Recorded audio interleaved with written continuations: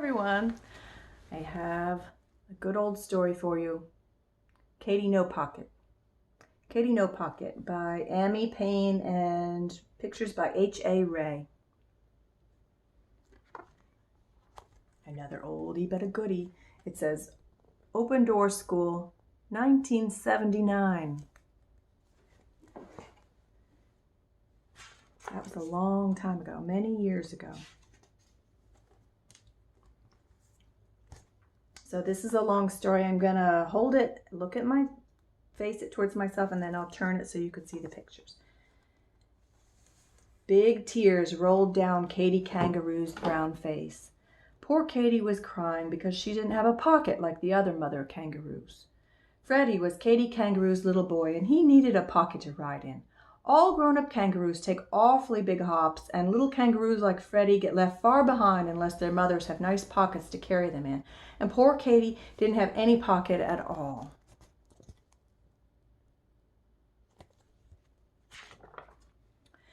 Katy Kangaroo cried just thinking about it, and Freddie cried too. Then all of a sudden, Katy had a wonderful idea. It was so wonderful she jumped 6 feet up in the air. The idea was this. Other animal mothers had children and they didn't have any pockets. She'd go and ask one of them how they carried their babies. Freddie looked all around to see whom to ask, and Katy looked all around to see too. And what they both saw were 2 bubbles rising from the river right beside them. Mrs. Crocodile, said Katy, feeling lots better already. She hasn't any pocket. Let's ask her. A lot of big muddy bubbles came up through the water. And then Mrs. Crocodile stuck her head up and opened her enormous mouth and smiled. Why, Katy Kangaroo, what can I do for you today? Please, Mrs. Crocodile, I am so sad, said Katy. I have no pocket, and Freddie has to walk wherever we go, and he gets so tired. Oh, dear, oh, dear. And she started to cry again. The crocodile began to cry too, and then she said, but what can I do? Oh, you can tell me how to carry Freddie, said Katy. How do you carry little Catherine Crocodile? Oh, please do tell. Why, I carry her on my back, of course, said Mrs. Crocodile. She was so surprised that anyone shouldn't know that she forgot to cry any more.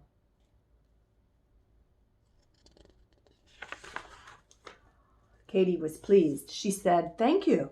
And as soon as she got to a good squatting down place, she squatted and said, now, Freddie, climb up on my back. After this, it will be so simple, no trouble at all. But it wasn't simple. In the first place, Freddie could not crawl up on her back because his knees stuck out. He couldn't hang on because his front legs were too short. And when he did manage to hang on for a few minutes and Katy gave a long hop, he fell off bump, bang, with a terrific thump. So Katy saw that she couldn't carry her baby on her back. Katy and Freddie sat down again and thought and thought. I know, I'll ask Mrs. Monkey. I'm sure she can help me. So Katy and Freddie set off for the forest, and very soon they found Mrs. Monkey. She had her young son Jocko with her, and Katy Kangaroo hurried to catch up with him. She was almost out of breath, but finally she managed to squeak, Please, Mrs. Monkey, how do you carry Jocko? Why, in my arms, of course, said Mrs. Monkey. How else would any sensible animal carry anything? And she whisked away through the trees. Oh, dear, said Katy, and a great big tear ran across her long nose. I can't carry anything in these short little arms. Oh, dear. She wasn't any help at all. What are we going to do? And she just sat down and cried harder than ever. Poor Freddie. He hated to see his mother cry, so he put his paw to his head and he thought and thought and thought. What about the lion? He asked when Katy stopped crying a little. They don't carry their children. The poor things walk just the way you do, said Katy. There's birds, said Freddie. How do they carry their babies? Birds, said Katy. The mother birds push their children out of the nest and they squawk and shriek and flap their wings about it. Then all at once, Katy Kangaroo stopped crying and looked at Freddie. They do say the owl knows almost everything, she said slowly. Then for goodness sake, let's ask him, said Freddie. They found the owl asleep in the old dead tree.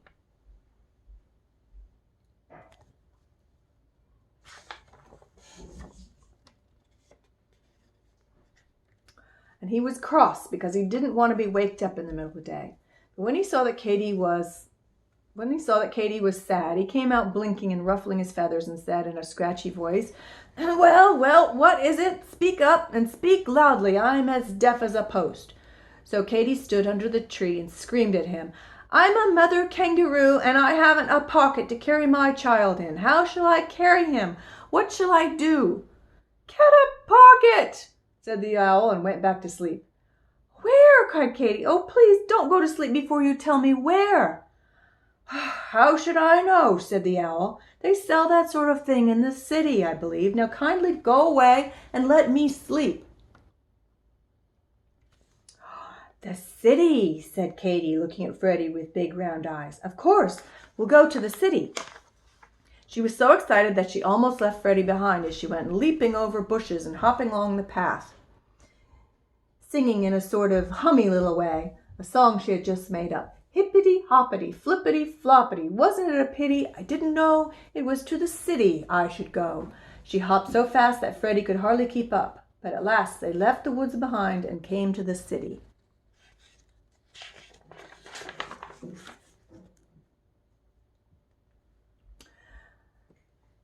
They came to the city where there were stores and houses and automobiles. The people all stared and stared at Katy, but she didn't notice it. She was looking for pockets, and she saw that almost everybody had them.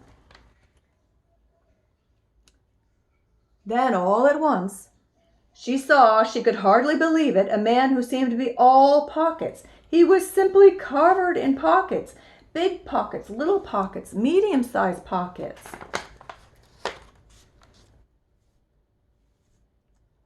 Katy went up to him and laid a paw on his arm. He was a little frightened, but Katy looked at him with her soft brown eyes and said, "Please, dear kind man, where did you get all those pockets?" "These pockets?" he said. "You want to know where I got all these pockets? Why, they came with the apron, of course." "You mean you can really get something to put on with all those pockets already in it?" asked Katy. "Sure you can," said the man. "I keep my hammer and nails and tools in my pockets, but I can get another apron, so I'll give you mine." He took off the apron and dumped it upside down. Out fell a saw, wrench, nails, hammer, a drill, and lots of other tools. Then the man shook the apron hard and turned it right side up again and hung it around Katy's neck and tied it behind her back. Katy was so pleased and excited and happy that she couldn't speak. She just stood still and smiled down at the pockets and smiled and smiled and smiled. By this time a big crowd had gathered to see what Katy Kangaroo was doing.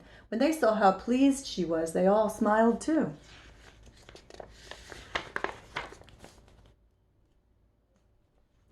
At last, Katy was able to say thank you to the nice, kind man. And then what do you think she did? She popped Freddie into a very comfortable pocket, and she hippity-hopped home faster than ever before because, of course, she didn't have to wait for Freddie.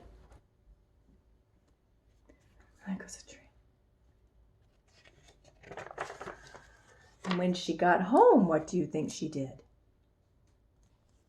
Well, she had so many pockets, she put Freddie into the biggest one of all. Then into the next largest, she put little Leonard Lion. Thomas Tortoise just fitted into another pocket. Sometimes she had a baby bird if its mother was busy at a worm hunt. And there was still room for a monkey, a skunk, a rabbit, a raccoon, a lizard, a squirrel, a possum, a turtle, a frog, and a snail.